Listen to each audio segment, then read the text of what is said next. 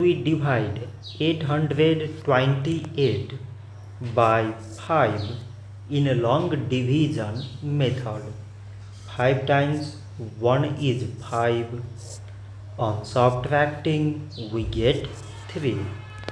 So now we put down these 2 and it is 32. 5 times 6 is 30. On subtracting we get 2.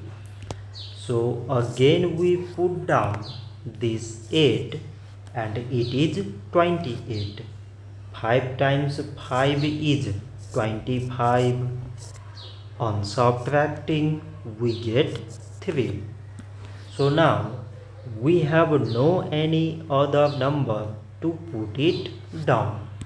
So we take here decimal, so that we put 0. So it is 30 and 5 times 6 is 30.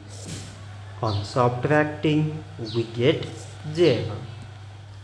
So 828 divided by 5 is 165 decimal 6. So this much for today and thanks for watching.